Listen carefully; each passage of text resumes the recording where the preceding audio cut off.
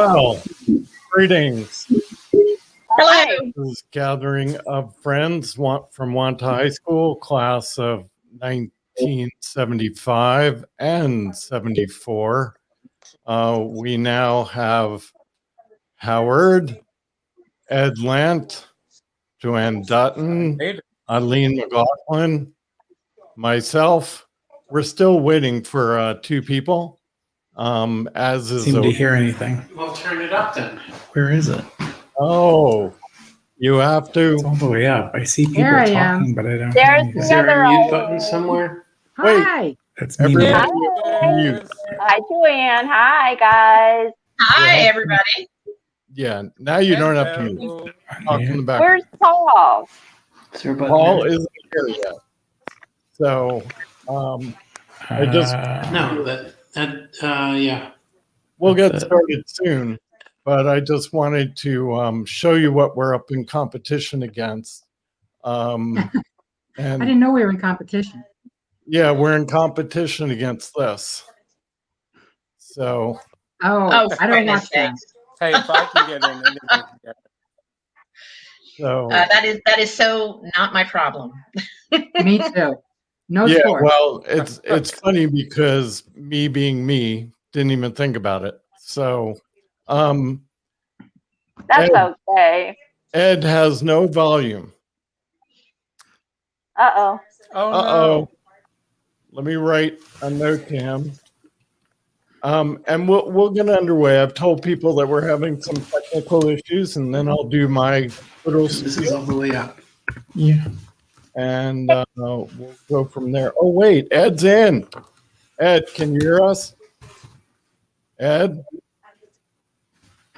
Put in I have no sound. earbuds. we can hear Still him. no sound. Wait a second. That's this computer, not I yours. can't hear him. Turn your cam off for a second and let me try and fix it. Okay. So the question, oh, and here's Paul. Hold on. Say, probably sent me a message. We hear you, Ed. Okay. That's Paul on There as he well. is. Okay. Hey, Paul. Hi, All right. Hi. Hey, Everybody. Paul. See everybody. Okay. Good to see you. Hey, you. Hey. All right. I'm in control here. All right. So everyone mute for 1 second. I don't want to have to We mute believe for you. And then I'll explain where we are and we'll start going in. How do you mute? Oh, Eileen, I'll do it for you. Thank you. There we go. Eileen's on her phone. Okay, so in grade school, high school, growing up, we were always about what we didn't have in common, and it just dawned on me that, like a couple of weeks ago, we have a lot in common. We share, if nothing else, we share the fact that we come from Wantagh and that that we went to schools in Wantagh, and that we Learn your break. all graduated in 1974 or 75. Two of us in 74, but we're always the class of 1975. So Howard Bennett is coming back on for some reason. Okay, so anyway, I thought we would create a group called Wantagh High School Gathering of Friends. And I've been working with inviting people from the class of 75 because those are the people I know. So, so here's my first question. Well, my first statement is, I don't really know. I didn't know you except for Joanne. I knew Joanne in high school. I didn't know either Eileen, and I had to check. I've certainly known you since Facebook's been around. Paul, I remember when we were little kids, and I think we were in Little League together, and I certainly knew of you. And Ed, can you hear me yet? All right, Ed can hear us. and I was in classes with Ed and classes with Howard. Howard actually left, so I got to figure out. Oh, wait, there. Add him to the screen. It says I'm back. There we go. So Ah, So- ta-da. saying that, my first question, and we're going to start with, we'll start with Eileen. Where did you guys go to elementary school, and how, where did you come from? How did you end up in Wantagh? What elementary school did you go to? Eileen, I'll take you. Hold on, Eileen. I'll take you off mute. Okay. Go ahead. Well, I went to Beach Street for kindergarten, and then I went to St. Francis de Chantal, and then 9th, 10th, 11th, 12th, Wantagh High School. But how did your family end up in Wantagh? Well, I was born, I guess I was in Brooklyn, maybe till, 1 year old. And then we just all moved to Major Drive East. And that's where I lived my whole life. I mean, Okay. until I was, 21. Okay. All right. They lived in that house until they passed away. Wow. Okay. Joanne, your turn. Go off mute. Everyone's always on mute. Go ahead. Okay, I unmuted myself.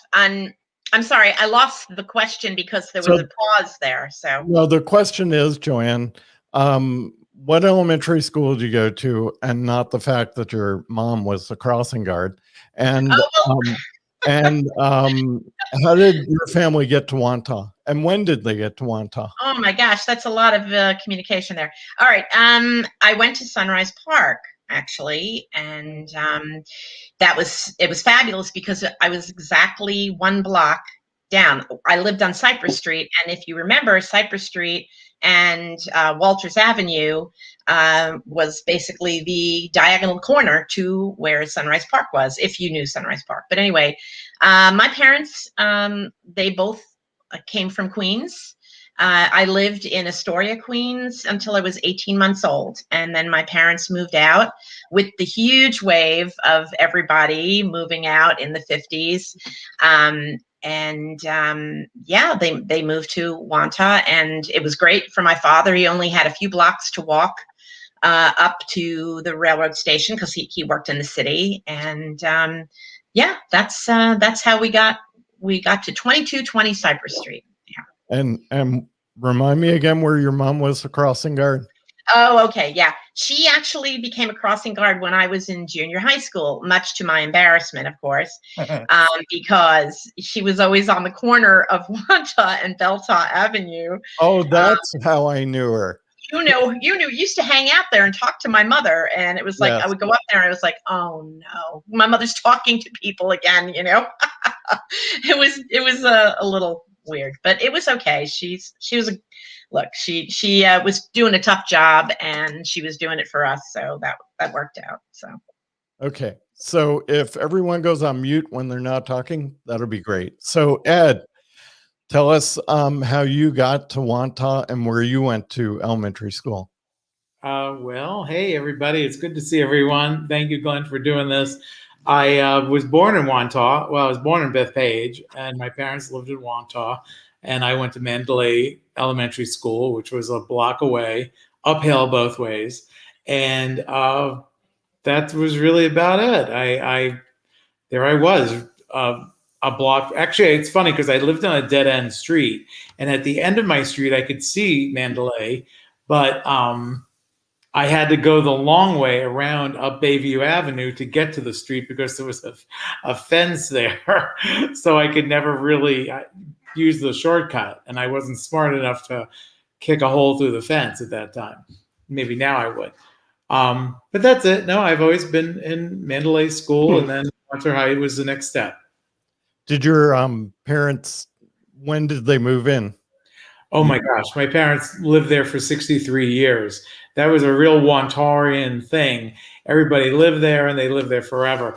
My parents, my parents lived in that house since the 40s when they bought the house.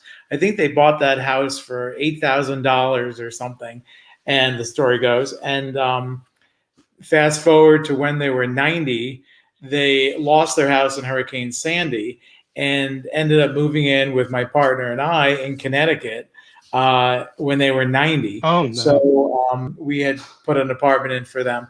And then they lived with us for about 5 years. And now, we're all going through this older life stage here. But my parents, I moved them to an assisted living place because I really couldn't take care of them any longer.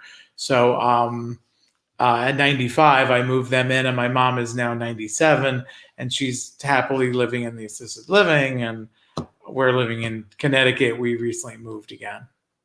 That's about it. It's a crazy story. It's a good story. I appreciate it. A lot of crazy details. Eileen in the Eileen Plamondon in I'm sure you'll correct me, but it's Plamondon. Nobody could ever say it. It's French. Plamondon. It's actually you didn't have the last Plamondon. name. You didn't have the last name Strachan. So Yeah, I was very happy to get rid of it when I got married. But anyhow, you're in the Paul Lynn Square. You're in the middle for me. So go ahead. My parents lived in the city, and they bought in Lynbrook first, which is where I was born, but I only lived there very little. And then they bought a boatyard in Seaford on Ocean Avenue, and they owned that for, I don't know, until I was maybe 5 or something like that. And then we moved to Wantagh. They bought a brand new build house in, I'm gonna say 62, maybe 63, Riverside Drive. I went to Mandalay, and then of course Wantagh Senior High after that. Cool. All right. In June, right? I graduated in August. I skipped 11th grade, and so I graduated just a year early. And they came to me and said, you know why? Because my mother never let me take like an elective. It was like, oh, you could take an extra science. You could take an extra language.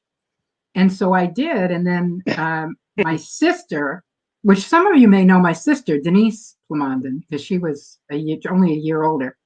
Anyway, she graduated early, and then they came to me and said, you have enough credits that if you just take a full load in your senior year instead of a half day, you can graduate a year early. And I said, yes, please, get me out of here. That was it. I asked the same thing, and they said, it's got to go to summer school, take classes, and you're out of here. And I wasn't brilliant. I'm not sure whether it was because they wanted me out of there or I wanted out of there. Maybe that was it. All right. So next we have Paul O'Brien. And in the background, we have a picture of Paul and Eileen. But let's start off with basics. Well, Paul, how did you end up in Wantagh? How did your family end up in Wantagh? And what elementary school did you go to? My parents grew up in Queens and the Bronx, and when I was born in actually North Wantagh. I lived on Cherry Lane for 6 months, and then we moved to Wantagh, and I went to Forest Lake for kindergarten.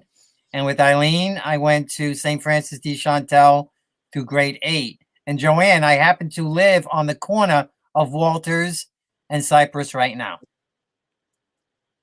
Yeah, so I actually live exactly. I'm sorry, I gotta unmute. Where? What house do you live? Do you live on Cypress or no? I live on Walters. I can't believe that.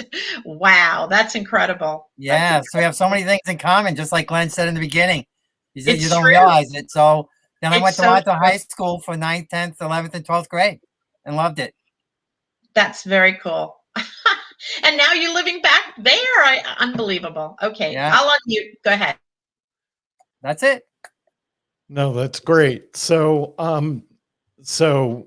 that we have Howard now. Howard, it's your turn. So, where did you go to elementary school? How did your parents end up in Wantagh? Yeah. The typical rush Brooklyn when all the new houses were built on, like down by Riverside Drive, where I live. I remember the models were up by Mill Pond and visiting those. And so I got into Montauk the summer of kindergarten. And then I started at Mandalay.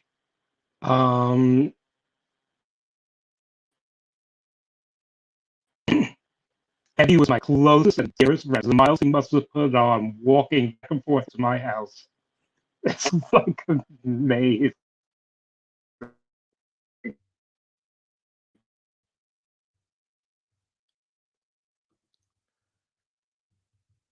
We're experiencing a bit of difficulty hearing Howard.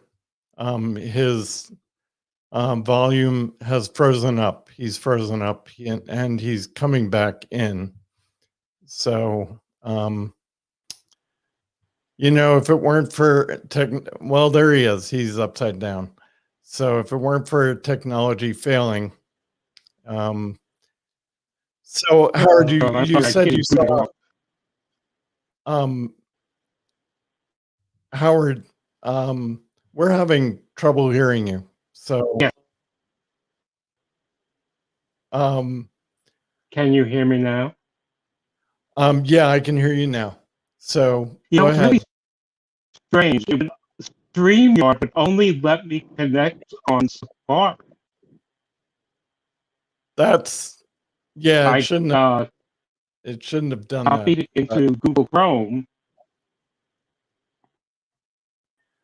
So I think that's part of my problem. So I'll speak quickly. After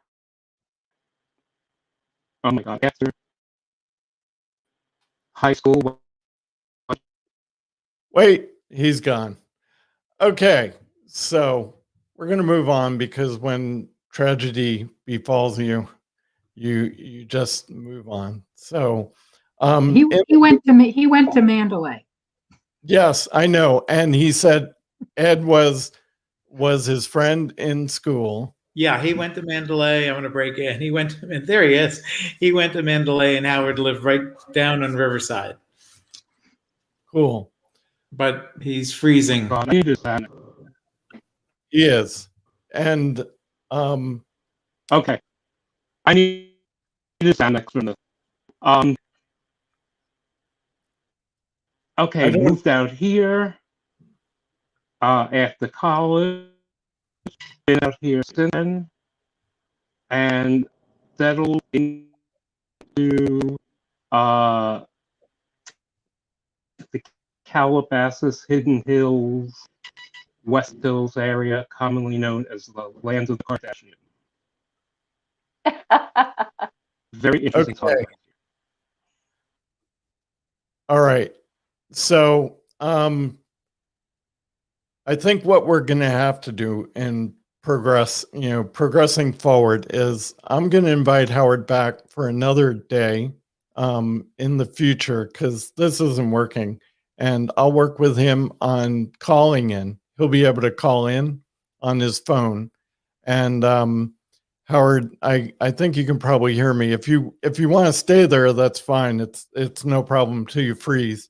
But there's something going on, and I just want to make sure that we have the quality of the show continuing. So I want to ask a question now of Eileen and Paul. So I need to make sure that Paul and Eileen are Which Eileen? Oh, sorry, the class flirts. Whoa, that was not me. Totally not me. Yeah. So the class flirts. So what's the story behind the class flirts? I have no idea. Eileen. I have no idea. I have no idea either. It's not something you actually campaign for. It's something you're just told at the end of the year. You're the class flirt. Now you got to get your picture taken. I was just a friendly person. I actually had a boyfriend, so I have no idea what they meant. I was just friendly and outgoing. I think that's it. We talked to everybody and joked around with everybody, and so Exactly right. yeah. What were you going to say, Joanne? I have a vague memory of actually there was some sort of a ballot, and we could choose people that Right. we thought fit into those categories, right? Why did you pick me? Why'd you pick me? I don't know if I did, Eileen. Don't have no clue, but My mother was mortified. My mother was mortified. I don't know who I voted for at all, but I do remember something about there being a ballot. And Paul, you agree with me, Rip, on that, right? Yeah, there was. There was a ballot. They Yeah. did like all the end of year high school awards, like best athlete, best musician. Yeah. Yep. So I do remember voting for Richie Block for best actor. I guess that's what it was. I don't remember. Best actor and best actress. Richie and was it Cindy Solomon? I'm guessing because I don't have my yearbook handy. So Yeah, Cindy Solomon, Julie Robinson for best music. I do remember voting for that. I didn't vote for any of that stuff. So, But I don't Paul, remember it at all. you see our picture right behind us? I remember that day like it was yesterday. So do I remember I was tall. I remember you standing behind me. I can see your legs right there. I can remember you were standing, so you were taller than me, because boys always sprout up afterwards, right? I remember my mother made my shirt, and I said I should have worn like a skirt or something. But I remember that day like it was yesterday. Do you remember, Paul? Do you remember that? I remember looking around. We didn't know where to get our picture taken, and then we finally said, "Let's just go here and take the picture." I know. It was so much fun. That was the two Catholic kids. I know. My mother seriously was mortified. The nuns and priests, if they only knew, right? right. Yeah. So Paul, let's start with you on my next question, since we're talking about these things. And every so often I'm going to there's live texting from people outside the group. And so I can put them up on the screen like that. Mindy saying this is so funny and stuff. So you'll be able to see those things. But Paul, can you give us an idea? This is the 70% of the discussion. What was your trajectory when you left? And you seem to be back in Wantagh, and that's an interesting thing. So you left. Did you actually leave? Yeah, right after high school. I remember being at Eisenhower Park with some of the people we graduated with, and a couple of them had joined the Navy and said they were going to be submariners. And I remember telling them they were nuts. And I remember by the end of the conversation, I was saying, where do I go to? Where do I sign up? And so I signed up right after high school because I wasn't doing anything else. And I spent 4 years on a submarine, and I liked it. So I made it a career, and I spent 22 years in the Navy. Riding submarines. And once I retired from the Navy, I was in San Diego. All my friends had retired around the same time. They had all left San Diego, went to different parts of the country. I lost my father about a year before that. And I thought, you know what, I'm just going to go back home where I know everybody and my family is. So I came back home to Wantagh. Well, that's cool. And you bought Joanne's old house. Could have been, yeah. It's full circle. So you had kids who didn't go to school in Wantagh, I take it, or if you had kids? Yeah, I have two. I have a son and a daughter. Both graduated from Wantagh when I came back. Did they? And yeah, and they went to St. John's after that. So they stayed in New York. They're still in New York now. I have 4 grandchildren, all living with me now. Yeah. On Walters Avenue. Tim Carroll wanted to let you know he spent 4 years on subs as well. Timmy Well, Carroll, that's great. he graduated with us. So I'm That's always great. going to say us. I choose us 75. So I don't know anybody from 74 except for this Eileen chick. Well, you know what? I was class of 75 my entire schooling, just except Yeah, that me last too. senior year I graduated with 74. So Yeah. I consider myself 75 really. So Paul, Wantagh's changed? That's an understatement? You know, it's funny because I was just thinking about that the other day when I was driving. I was driving through Wantagh and I said to myself, the people have changed. Everybody's gone that we knew growing up, but the town really hasn't changed that much. It's pretty much the same. I don't really see that many differences at all. The bars have different names and the pizza places have different names, but other than that, it's very similar. It's pretty much the same. The taxes have gone up. Oh my God, yes. Yeah, taxes are really high. And they're taking places down like Nancy Blake's old house and putting up a huge house and other places. But Yeah. I go through every Jean's mom, Jean, who is with me, Jean Preller. Right. Her mom lives in Greenport. So we will go through Wantagh. I will, begrudgingly for her because she has no connection to Wantagh. And I'll go through and I'll look at the houses and I'll go, oh, I used to play baseball there. Oh, that's Tommy Carluccio's house, that kind of stuff. Right. So I remember all those things, but I left young. So anyhow, Ed, can you explain to us Ezra Lovecraft? Why is everyone loves that? I guess I think it's a great name. I guess I have to tell the truth on that one. Okay, so basically, I became disabled about 9 years ago. I was diagnosed with multiple sclerosis. So I was working in Vermont and I started having drop foot and I kept tripping and blah, blah, blah. Anyway, I get diagnosed with multiple sclerosis. I kind of faked my job a little bit because I really wasn't ready to retire. I was 55 years old and kind of freaking out a little bit. And I'm going the long way here to get to this answer, so I'm sorry. But anyway, so I fast forward. I'm home. I come back to Connecticut, where I was living, but I also had an apartment in Vermont, so that's even more of a long story. Anyway, I'm going to a museum with my friend Judy, and I have a little scooter that I use for long distances because I can't really walk more than 2 or 3 city blocks without getting exhausted. Anyway, so in the winter in New York, as we're all New Yorkers, I know, even though we're Long Islandites, the puddles when the snow melts form at all the corners by the crosswalks in New York. So I'm riding the little scooter thing, which I don't always use, and I'm going through the puddles and I'm cutting up the curb and going back on the sidewalk. And I hit a curb, which was under the water, straight on, and I go boom, boom, right over. And I'm laying in the puddle, and my friend Judy is slight, and I have the scooter between my legs, and I'm in the ice cold puddle with water going up my arm and down my pants, and I'm like, oh my God, how in the world am I going to get out of this? I'm freaking out. And with that, now here's where, hang on tight, fasten your seatbelts.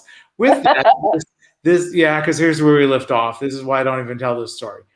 Anyway, this man comes over to me. He has glowing blue eyes, and I'm telling you, they were glowing cobalt blue eyes because I just looked into his eyes as I'm laying in this puddle, and I was freaking out. And he didn't speak. He had white hair. He was super tall and thin. He was totally an angel, and I'm just going to go there because he was. I swear, he clairvoyantly talks to me through my mind because I don't remember him talking. And he says, I'm going to get you out of this. Don't worry. And with that, I bend my arm and I don't remember this because I don't remember it.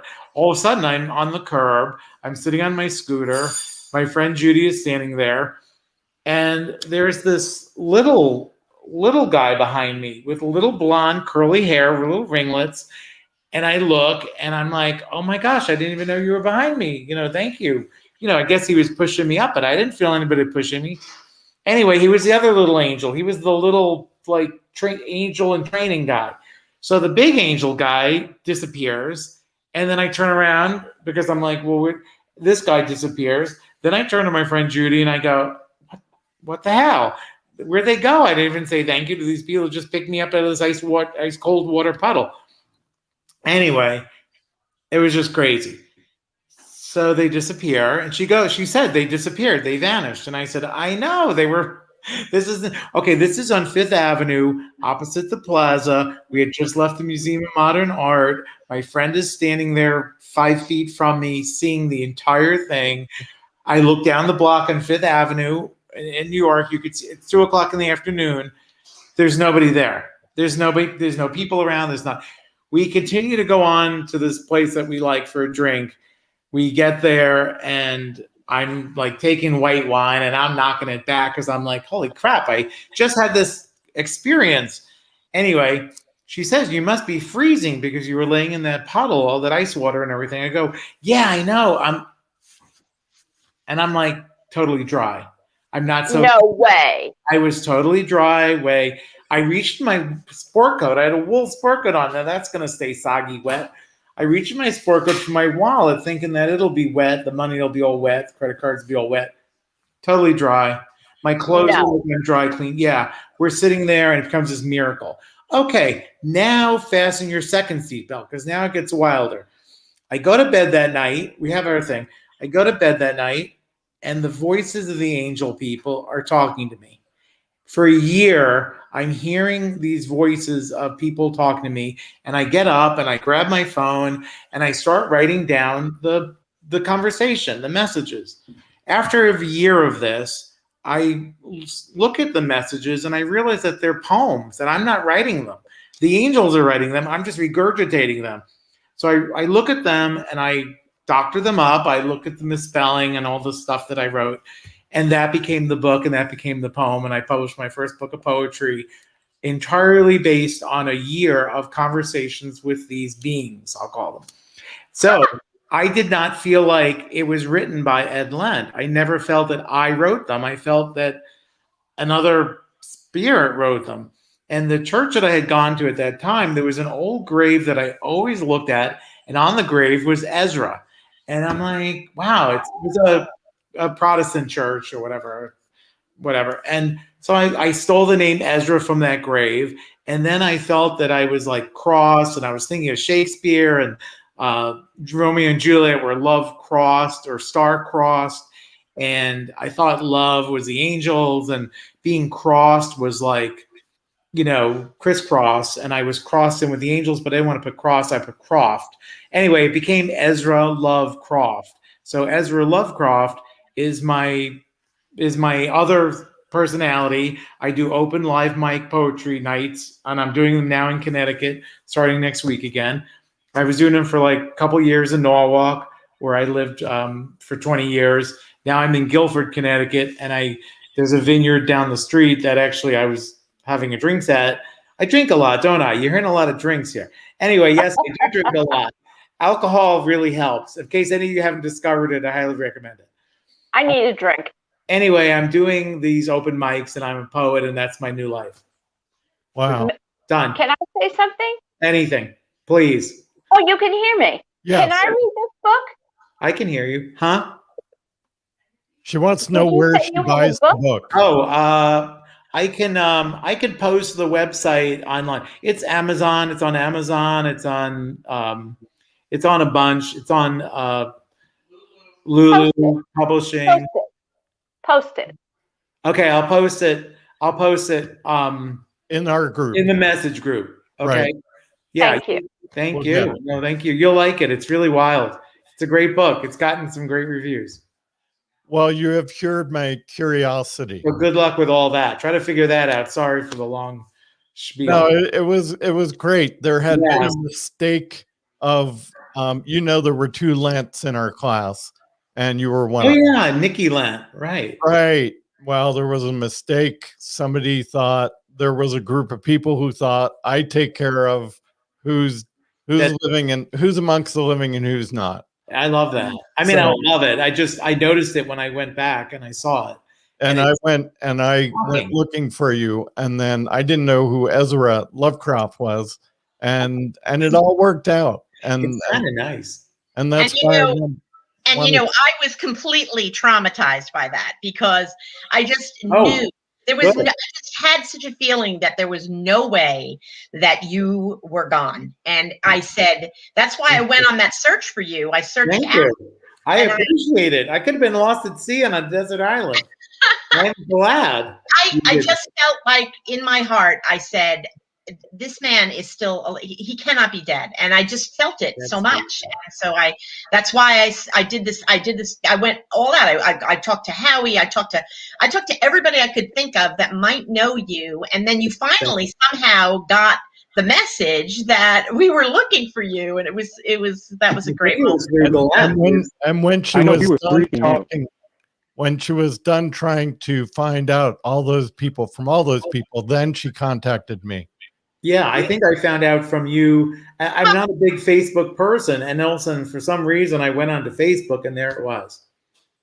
Yeah. So, thank you for the search, because truthfully, from that's how I connected with Glenn, and then I saw what he was doing with all the group, and it's really bizarre. I mean, we are a strange group of people. We really are. All of us. I mean, my stories, but we have there is something in the water in Wantagh, because I don't think everybody has this. I really don't. I could tell you some stories. I bet you could. Go Okay, ahead. but you can't tell them right now because it's Joanne's turn. Joanne, Okay. can you give us an idea of your trajectory and what's led you to Tennessee? Okay. And everybody mute who's not connected. Okay, I'll give you the Reader's Digest version of my life since high school.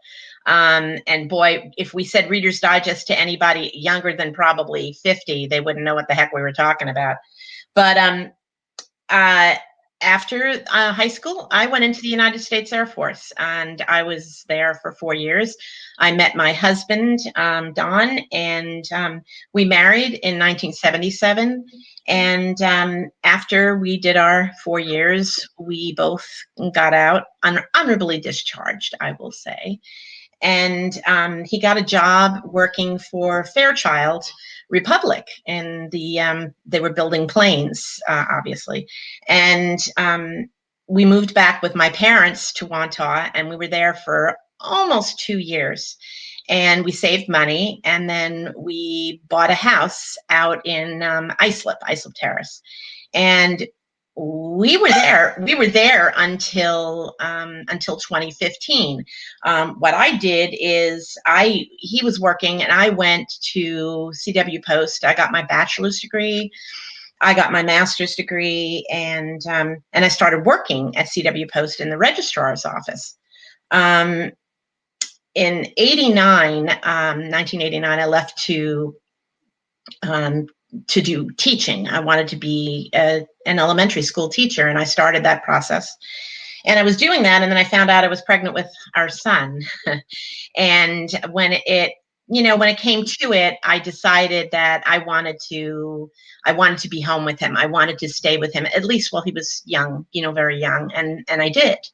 And what I did instead of working is, well, I was working, but I began freelancing as a copy editor. And I was combining my love of English and science, and I started working for the American Institute of Physics. And I did that, and then I started working. I worked for them full time once my son went to school, and I kept working for them, kept doing that, and eventually I became a senior content editor there. And then Don and I knew that if we stayed in New York on Long Island, which we loved, we had wonderful friends, great neighbors, great church family, the whole thing. It was wonderful. But we knew we would never really be able to retire because the taxes were just killing us. The taxes and the fuel costs and pretty much everything.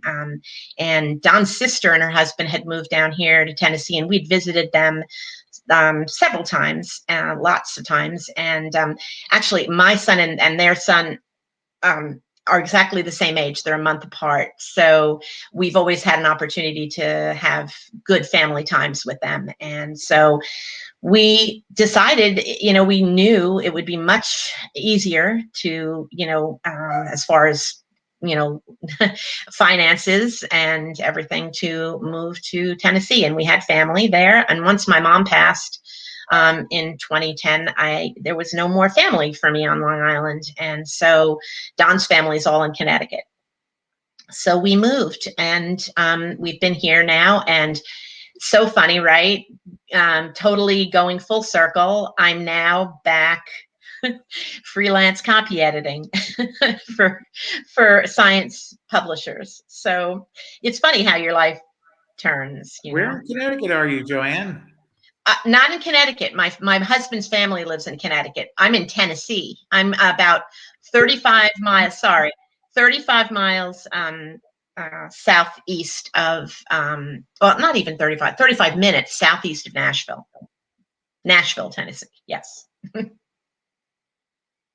Well, thank you. I appreciate hearing your story. So we need to. I was supposed to hit at the 8 o'clock hour this little snippet that I'd like to play. It's a minute and 45 seconds, so you guys can have a break, run to the bathroom quickly. A minute and 45 seconds. Okay.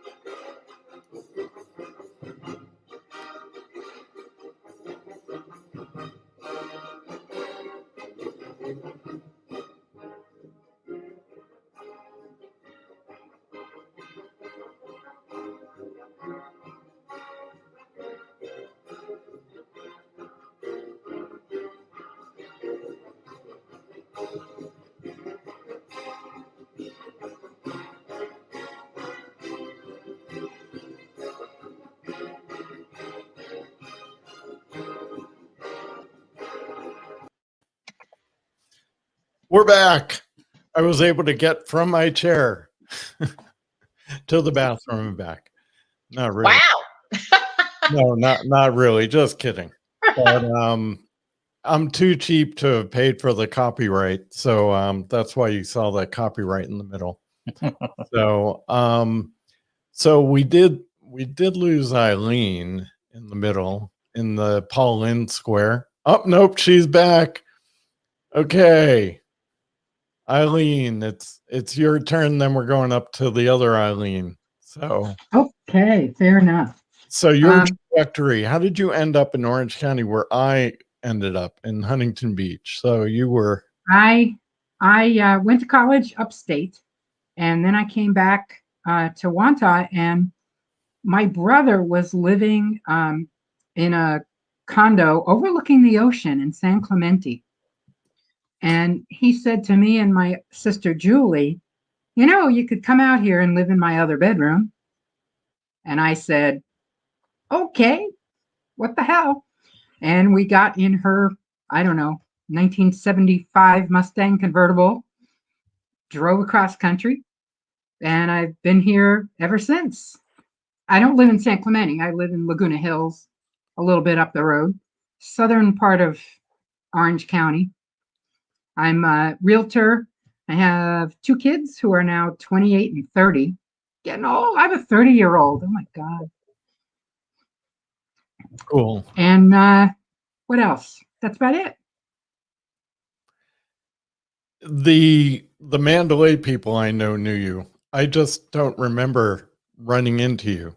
So I remember. I always knew your name. I pretty much I knew everybody's name. But we did not. I was one of those kids who my friends really all we cared about was smoking pot and drinking beer. That was pretty much our choice of activities. And we did nothing at school, nothing. Like the second they let us out, we were like, we're not going back there. So Naughty, naughty. I know I never went to a baseball game. I don't think I ever set foot on those bleachers. I did nothing except we all did go to the prom. We partnered up. We just said, okay, I'll go with you. You go with him. We were just friends. And we did do that. But we did hide booze in the ashtrays in the girls' room at the prom. The ashtrays pulled out. The ashtrays were like between the sinks, and you could pull up the ashtray and you could just put a bottle of booze right in there. it's amazing. No, it's okay. I mean, that wouldn't have necessarily meant I wouldn't have known you, but I just, at about that age, I was kind of a solitary soul. So I was hanging out at Joanne's house. I did. I have met Howie in real life. I knew him because he went to Mandalay as well, but he lives out here. Yeah. And I got to know him on Facebook, and he loves musicals like I do. And so we've met a couple of times at the Pantages to see shows. Cool. Cool. All right. Eileen, in the upper corner.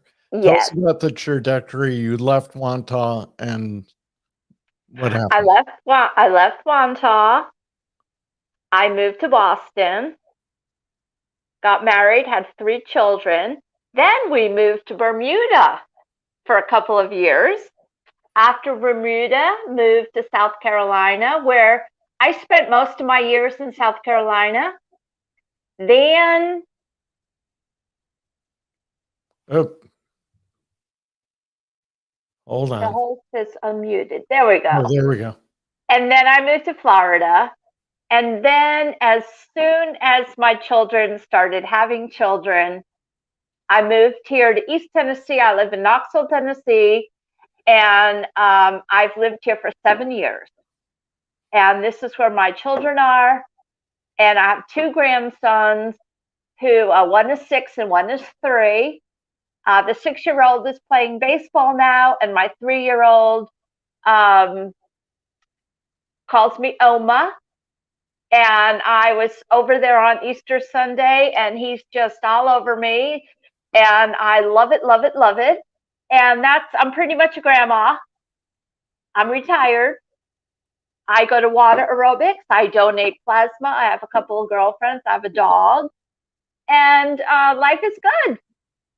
That's my life. Yeah. Cool. Yeah. Well, thank you for asking. Well, 2 of you are from Tennessee, right?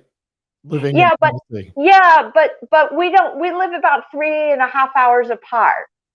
Yeah. Right? Yeah. Right, Joanne? I live near Nashville, and she lives more in the eastern part of the state. Yeah. Knoxville is in the eastern part near the Smoky Mountains. Yes. So we haven't met up yet, but we're threatening to do that at some point, right, Eileen? Yeah. It's about 3.5 hours though, right? About 3.5 hours. That's right. Yeah. Mm-hmm. We could meet halfway. Sounds good to me. Sounds good to me. All right. My next question goes to Paul. We don't want him to get bored, just sitting there. Paul, what are some of the lessons that you learned from Wantagh? But it's kind of strange because you're back there. So maybe that question won't so much pertain, but it can if you want. And what person in Wantagh, growing up, maybe a teacher, maybe somebody you knew, most influenced you later in, something that stayed with you all your life? And everyone else is going to get the same question, so you can think about that question. I would think about Wantagh. I think the thing I'm most grateful for is the high school, is the education that I got in high school. Although I was an awful student, I remember I was an awful student. I graduated, I think, if we had 300 kids in the class, I graduated 299 because I'm sure I beat somebody. But I didn't do well, and I put no effort into it. And I remember going into boot camp, and in Navy boot camp, it's a lot of testing. And I was scoring higher than everybody else in my company because I had the basics. Because the teachers, even though I gave up on myself, the teachers would not, and they were pretty hard on me, and they forced me to learn it, and I did learn it. And I'm very grateful to Mrs. Delman and Mr. Colombo, two teachers that I think about the most. And they're the ones who really helped me get started. And, all the lessons that they teach you that you ignore, like your parents, the advice they give you that you ignored as a kid, when you're in a situation when you really need it, it comes back. So that's really what I'm most grateful in Wantagh. Plus, the friendships that we have in Wantagh, we have a very tight high school class. I work with somebody from East Meadow, and I tell them about all the things you did, Glenn, with the yearbooks, you and Mindy, with the memorial, all that stuff, the reunions that we have. I talked to him about this, and he can't believe it. And he had a great experience in East Meadow as well, but they don't do anything. So somebody said earlier that, Wantagh people are crazy, and I think there is something in the water but I think the best part of Wantagh High School is none of us want to let go of it. We keep it with us every day of our lives, no matter where we are. I'm very grateful I'm very happy that I grew up in Wantagh. One of the reasons I came back to Wantagh was my kids so they could have that same experience I did. That's cool. I appreciate those words. Ed, Lynn, what's your thought? Wantagh is a really cool little town. It is, it's so funny because I used to obviously go back to visit my parents there, and Wantagh is this just special little town. I forgot how little it really is, and for some bizarre reason, it has remained unchanged. It's like Glockamore or something, or it just it's like everything is still there, and as you just said, it changed names and. It is kind of weird. I mean, it's like a little town. I live in Guilford, Connecticut now, and it's a real old town. It's like, 18 and 1700s, kind of a lot of little houses and stuff like that, very historic, very New England. But Wantagh somehow preserved that 40s, 50s, 60s kind of vibe, and it just stayed there. And it's really very comfortable. And the school districts are amazing. I mean, if people have kids and you want the most phenomenal education, I mean, Connecticut's great, but Long Island is amazing. I mean, before Paul mentioned about teachers, and we I don't think any of us realized what we were doing or what we had. But I mean, my teacher, Mr. Sternberg, the ceramics teacher, if anybody remembers him, he really influenced my life because I love ceramics. And after high school, I went into pre-dentistry because I think I wanted to sculpt teeth, but I really think it was from the ceramic thing. And then my industry was really, I worked mostly in the dinnerware industry, which again is ceramics. So it's just kind of really weird how it all happened. But I think what Paul said is, we had amazing mentors. We had teachers who were brilliant people and very educated, and whether we drank beer and smoked pot in the bathrooms or whatever, or were in school plays, like we were just really normal, kind of geeky, stupid kids. But we lived in a really very special place. We were kind of, I won't say privileged, but we were insulated. But we didn't know it. I don't think any of us had the ego to say that we lived in Beverly Hills or anything, but we had opportunities that to this day, what Paul was saying, I'm just adding to it because I think it influenced our path and the path we went on to. And I don't think we realized it though. I think everyone here is a very successful person because of what they did with their opportunities. And again, those skills and talents that we learned as kids in high school from those people influenced us. They did. I don't know how or whether we took advantage of it. Maybe we should have taken more advantage of it. But I feel very successful in my life, and I think everybody here is incredibly successful. We show up, we do our job, we're just really normal. I love that about Wantagh. It's very close to Manhattan, but we're not New Yorkers, but yet we are influenced. But it's just really cool. But it took 60 years to understand this. I wouldn't have put this together until this minute right now, actually. Very interesting. No, I do get that. So I'm going to go back to mute. I think we're going to run maybe 5 extra, maybe 7 minutes extra. So unless anyone has an objection, because I do want to see whether we can get Howard up on camera, but I'm going to do him. I'm going to come to you last, Howard, in case you bomb out. I know you can hear us because I see you acknowledging us. So Joanne, I want what's your answer? Wait, you're on mute. You're on mute. Yeah. Okay, here I am. Can you hear me now? Yep. Okay. For me, the biggest takeaway for me was the theater, the drama club, of which Howie and Ed were a big part of that with me. We were in several productions together. We knew a lot of the same people. We had one incredible, very memorable teacher, and that was Doris Haycox. And you could never be in Doris Haycox's orbit without being completely overwhelmed pretty much by her. She was really a strong, intense person. If there's ever a theater or drama person, she was the queen. So she taught us an amazing amount. She gave us a lot of opportunities because we always all, auditioned, and we were given the opportunity to be like directors, or like, well, she was always the director, but like assistant directors. And I remember in your first part, Bruce was talking about this, about, the theater being one of the biggest influential things. Well, obviously he took it a step further and he just kept going with it into, Hollywood and whatever he did, and, but it influenced me in many ways. And when I got to junior high school, I was so intimidated by like all these kids that I didn't know. And, we were so insulated when we were in elementary school. And then all of a sudden now we're like with, all these kids from other schools, and it was a little frightening.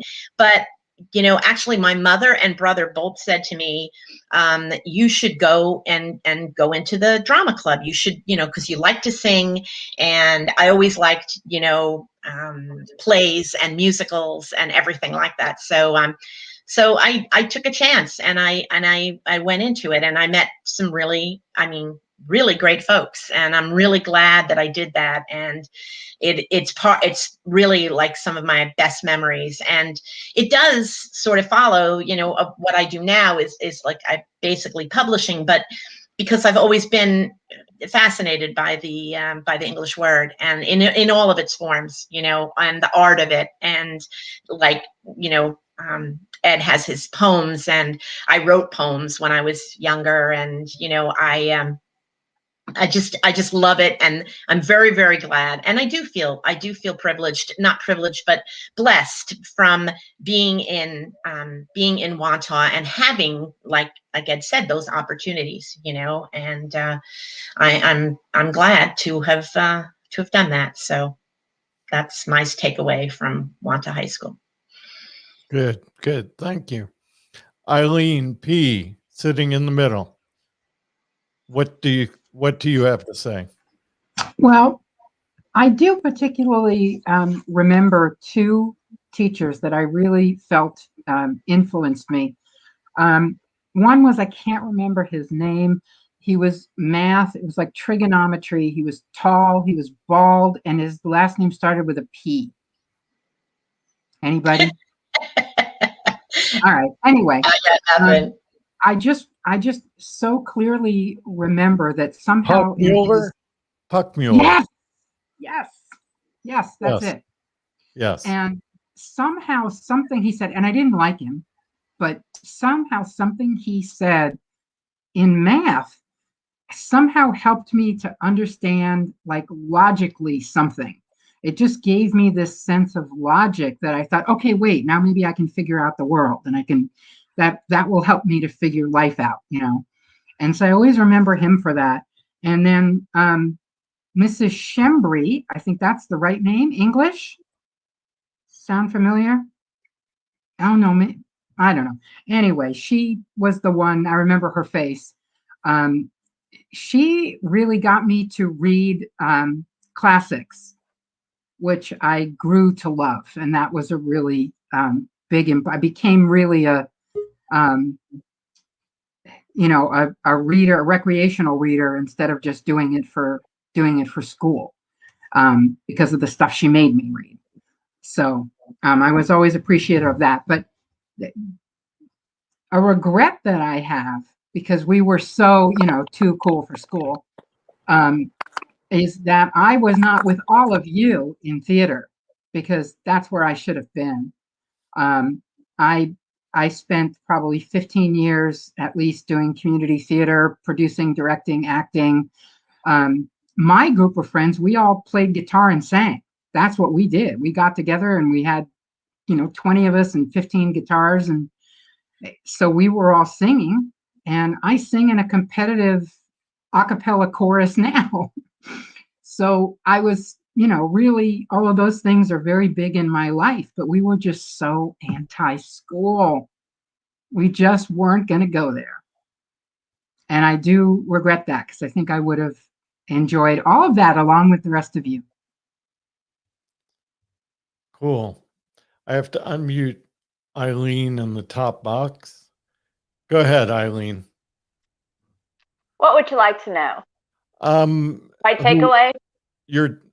who influenced you in Oh, yeah, school, yeah. and what lessons you learned? The teacher who did the typing class, what was her name? Well, anyway. I got suspended from that class. You did? Well, I did very, very well in that class. And she influenced me because after high school, I went to Catherine Gibbs Business School. And from there, I became a legal secretary. And right after high school, I worked in New York City. And I went to Catherine Gibbs Business School. And then I was able to work for lawyers. And I worked at a corporation in the legal department and worked for the one lawyer. And then when I moved to Boston, I worked for a law firm. So it was her, the typing teacher, who influenced me. And so I'm very thankful for her. I can't remember her name. But so all my flirting, I did have time to type and do a little bit of schooling in between my flirting. Okay, Paul. And as far as Wantagh, absolutely fantastic. I haven't been back there since '06, and that's when my mother passed away. But I would go back there in a heartbeat to visit and to go to Jones Beach. That's my story. Yeah. Eileen, you were there in 2010 or 2011, remember? Oh my gosh. The reunions. Yeah. Yeah, of course. I'm sorry. I forgot that. Okay. It's all right. No problem. On this one, I'm going to answer. I appreciated Mrs. Heisler, and she was the history teacher. I always loved history. And my parents they owned an encyclopedia, A to Z. And I read it all, from from A aardvark all the way to the end. And that's how I learned history. And Miss Heisler took me under her wing and really took care of me during whatever dark days I had, and made sure that I knew the role that history could play in the future. And I don't know whether you realize this, but when we were in high school, it wasn't cool to be smart. So, it was cool to be an outcast. And so I got to college, and all of a sudden I could get 4.0s as much as I wanted. And people were fine with that. And nobody gave me any crap for that. So then I found out I loved school. So I went all the way to, I got bullshit, more shit, and piled higher and deeper. So that's what I called it. So, but went to a PhD in public health. So, but I can look at that one teacher and say, she really made the difference, and in so many different ways for me. I'm not so hot on Wantagh, but the high school was good. It taught us a lot. So here's what I want to do. With our waning moments, I would like to make sure that Howard gets in. And what I'm going to promise to Howard is we will have you in again in a different session, even though these are the people that you asked for, that you said were the best people. So, but let's see if your speech is slurred. And the question for you, Howard, will be, what teacher meant the most to you, and what lesson did you carry forward? Your turn. Okay, well, the one teacher that I agree with a lot of people with was Doris Haycox. Not only was she like a goddess in her world, but she taught so much about life and just responsibility and just general direction, period, that Uh-oh. Best laid plans. Okay, well, Come back, Howie. Come back. wait, we'll give him one more try. This is the last time, because we have production values to upkeep here, and I'm sweating tremendously. So there you were, Howard. You were saying Miss Haycox was the best. yes. But more than that, it was all the friends that I made. I mean, we were all, so many of us were all in the same boat, doing the same thing, aimlessly at times, wandering in different directions. But we always found each other, and we made such great, lifelong friends. Look at us here. This is just incredible to me. Now, I've been in and out. I feel like I have amnesia, but the people were so important. And, especially with drama club, we all fell into our niche. We were all different, but all yet the same. I think we were the normal ones, although we were called the geeks. I thought we were empathetic. I thought we were nice. I thought we were smart. And the hell with all of them. Yeah. So Yeah. Ed was calling me a geek earlier today, and I guess I'll own that. Yes. We all were. Hey, so Oh, I'm gonna say something that'll make Pam Wolk upset. There were 502 students, Paul, in the class, so that meant you were number 500. If there were at least two people that you were smarter than. So, anyway, Always a big argument about this, but I just tell you, I know that my thing said that I was whatever rank I was, I'm not going to share, but anyway, out of 493 students. So, yeah, I don't care if it's 502. Let it be 502. right, but what happens is people came and went because of people like Eileen and me who graduated early. People who came in. Nancy Ramirez, Mary Ramirez dropped into the class of 75 from 76. So the numbers were fungible. But anyway, yes, I like that. And I'll tell you my number. Oh, no, I won't. the number I graduated at. But anyway, so I want to thank you all for participating in this episode number 2. It's been great. It does give me sweaty balls sitting here, just Howard drops off and it gets worse and he's back. I'll add him so I can say goodbye. Anyhow, I appreciate everyone agreeing to do this, and hopefully next week we have 5 of 6 already confirmed, and that will be announced tomorrow when we get our 6th. And we're actually getting people saying they want to be involved. So today we're out into May. So oh, cool. Hey, Glenn, could you put me in for next week? I will, but you and we're going to get together and I'm going to fix your computer. Wonderful. Thank you, because I'm taking a Xanax right after that. Okay. And I'm going to watch. This is too much. I'm going to drink my Mountain Dew. Where's the Xanax? Everyone pass the Xanax to the next person.